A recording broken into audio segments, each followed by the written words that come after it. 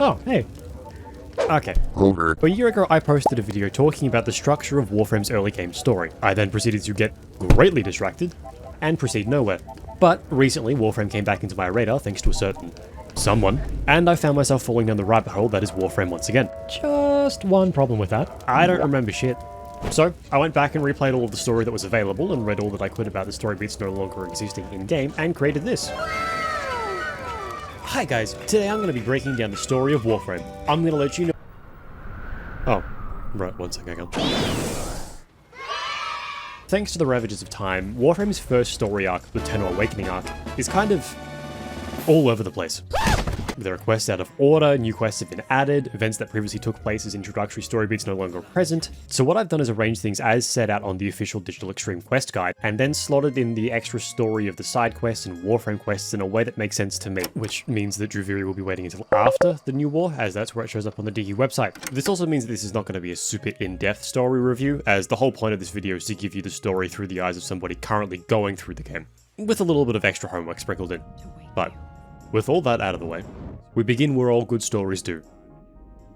Slightly before the beginning.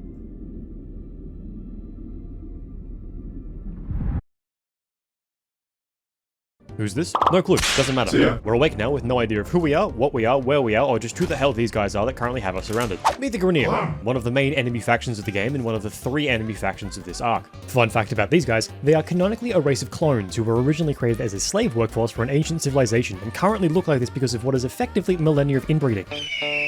This specific group is led by this guy, Captain Vor. He's been going around killing off newly awakened Tenno, but has decided that he wants to take us in personally and offer us up to his queens. So, he slaps us with an Orokin brain melting device and commits the ultimate Saturday afternoon villain move by simply walking away. Fortunately, our brain is uniquely dense, and this combined with a little help from the voices in our head Nothing alive. means that we're able to resist Vor's sweet whispers for now and instead escape to our ship, where we meet our neurotic AI butler Ordis and the Lotus. Focus.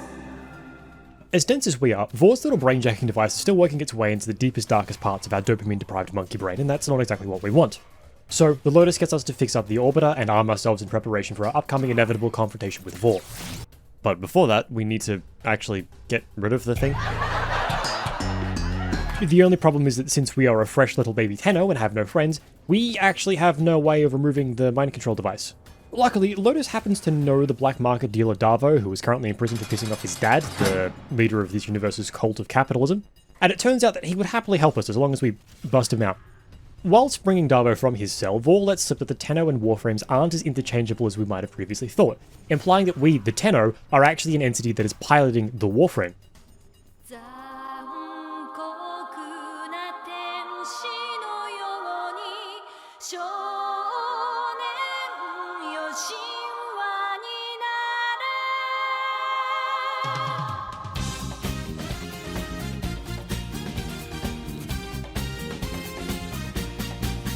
With us and Darvo freed from our metaphorical and physical prisons, Vor pulls his second Saturday morning cartoon villain move and reveals that he planned for this all along, and we now have a live bomb in our brain that is slowly counting down, forcing a final confrontation with him for his little Orokin doohickey.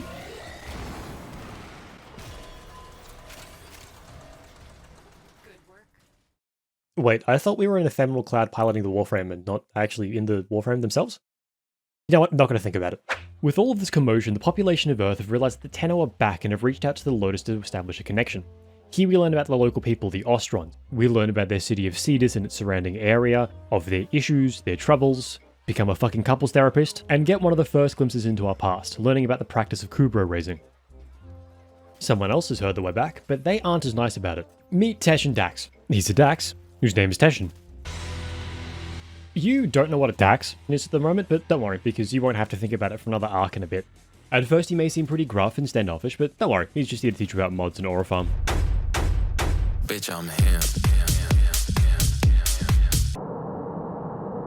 Even if our first introduction to him is setting a trap for us, which we walk right into, think of him as more of your grumpy uncle who's here to teach you about defending yourself, and what it takes to be a Tenno of the old ways, and hint at some deep parental lore about Lotus while being weirdly standoffish to her.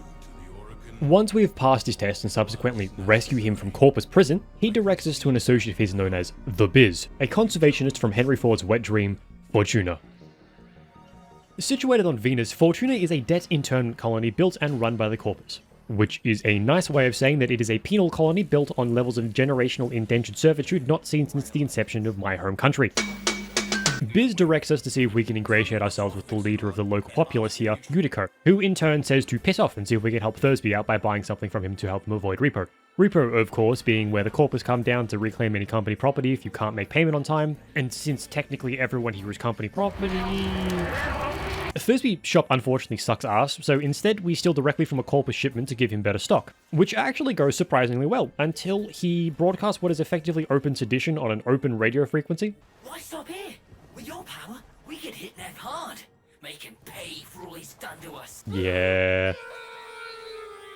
Now extremely interested in our presence, Yutiko gets us to try and appease the corporate overlords by doing a job for them. Because the bourgeois always properly reward hard work and effort, don't they? Floor boss, select 50 workers of low efficiency and have them in front of Fortuna for repo. Their upgrades I shall bequeath to Solaris of greater efficiency. And for the failures, brain shelving. It's here that Yutiko reveals that she was the leader of a previous rebel faction called Vox Solaris. The last attempt at rebelling was crushed, and it led to the deaths of a lot of people, so she was a little hesitant to take up the mantle again, but, you know, watching your people's limbs be taken away tends to re-radicalize people. Together we get back in Nefanya by fucking up a tech demo and threatening mass suicide. Look, it might not be dismantling the capitalist structure they live under, but this does stop the whole repoing thing, so, you know, small victories.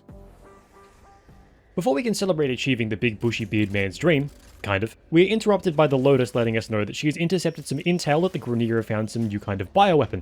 Turns out that a Grenier scientist by the name of Dr. Tengus has discovered a strain of the infection, which in layman's terms is this universe's flood.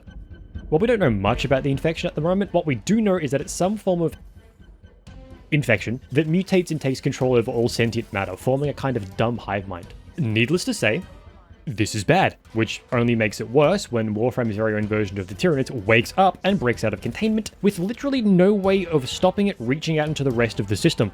Who let them out? Was it Tengus? So, yeah, bad news, can't really stop that. Good news, we can wipe out the local populace of sentient tumors. All it'll take is a bomb that will wipe out all biological matter in the area. Where have I heard this one before?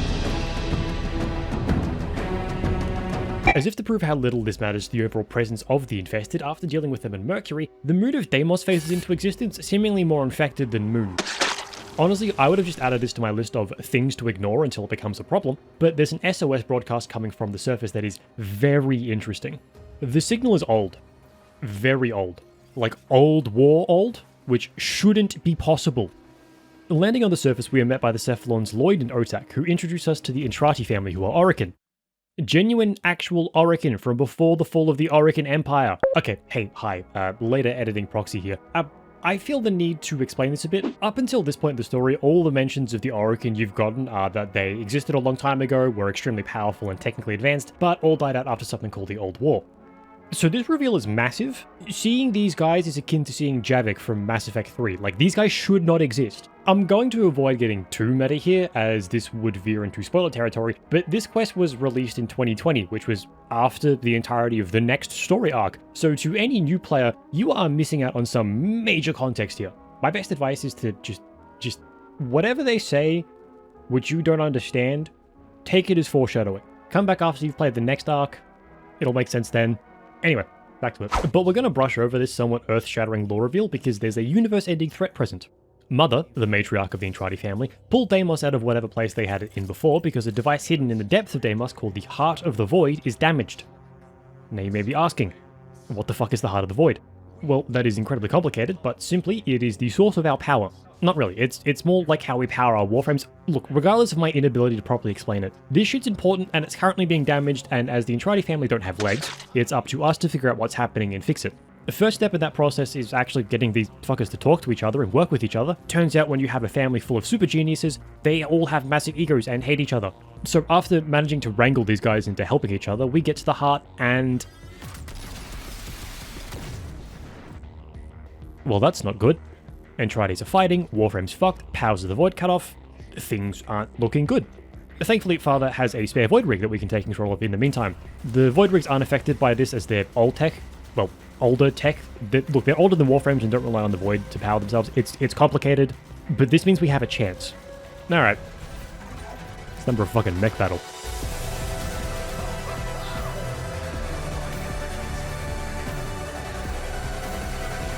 Alright, end of the universe averted, our powers are back, now it's time to just figure out who the fuck did this. In a crisis, they can come together.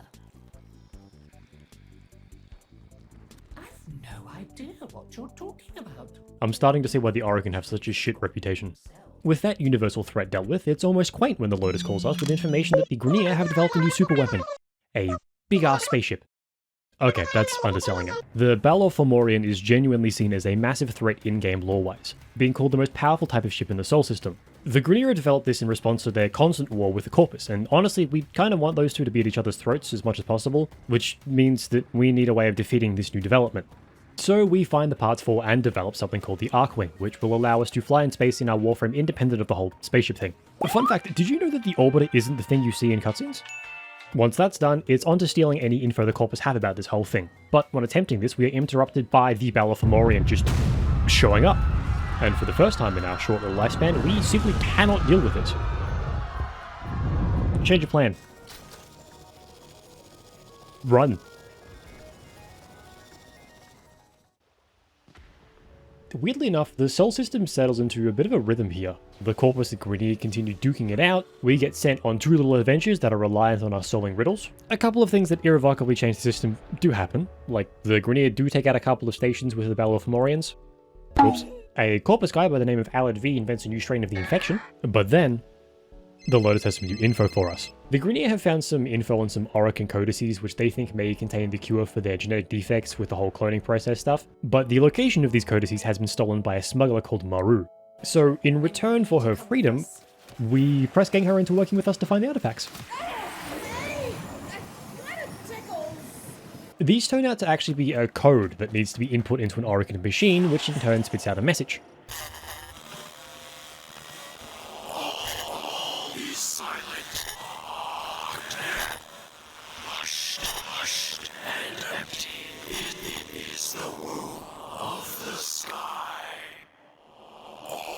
Silent and calm. Hushed and empty is the womb of the sky. That was something.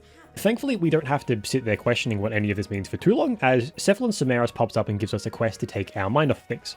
Samaris is, of course, the Cephalon for the Sanctuary, who is on a grand quest to digitize all of the sentient beings in the universe in some kind of weird digital Noah's Ark type thing. He wants us to rescue some of his sentinels from the Grenier. Pretty normal stock standard stuff. My sentinels. That is until Lotus notices something. See, Samaris has been cagey about this whole thing, which is actually somewhat normal for this guy. But once Lotus notices what these guys were looking for, things start to make sense. They had just picked up on a strange signal that when analyzed becomes this. Here we shall search and find the eyes of day drinking the night. Confronting Samaris gets him to admit that he knew something about this, but demands that we must earn the information.